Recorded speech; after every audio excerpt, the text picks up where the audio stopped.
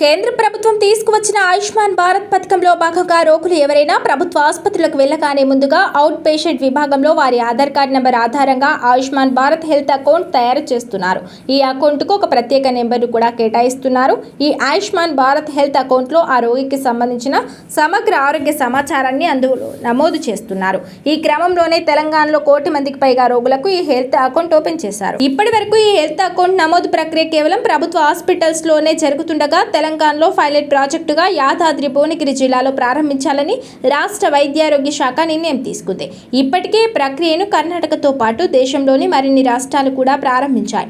యాదాద్రి భువనగిరి జిల్లాలో పైలట్ ప్రాజెక్టుగా చేపట్టి ఆ తర్వాత రాష్ట్ర వ్యాప్తంగా విస్తరించేందుకు తెలంగాణ కుటుంబ ఆరోగ్య సంక్షేమ శాఖ కమిషనర్ నిర్ణయించింది. ఒక్కో రోగికి ఆభా సంఖ్య నమోదు చేస్తే 20 వరకు ప్రభుత్వ ఆసుపత్రులకు కేంద్ర ప్రభుత్వం చెల్లిస్తోంది. ప్రైవేట్ ఆసుపత్రుల్లోనూ ఈ హెల్త్ అకౌంట్ ను తీసుకురావడం వల్ల దేశవ్యాప్తంగా వైద్య రంగంలో కీలక సంస్కరణలు అమలు చేసేందుకు అవకాశం ఉంటుందని సంబంధిత అధికారులు చెబుతున్నారు. ఇలా చేయడం వల్ల ప్రైవేట్ ఆసుపత్రులకు వచ్చే రోగుల సంఖ్య, వారికి అందుతున్న వైద్య సేవలు, చేస్తున్న రోగ నిర్ధారణ పరీక్షల వివరాల మొత్తం ప్రభుత్వానికి తెలుస్తాయని పేర్కొంటున్నారు.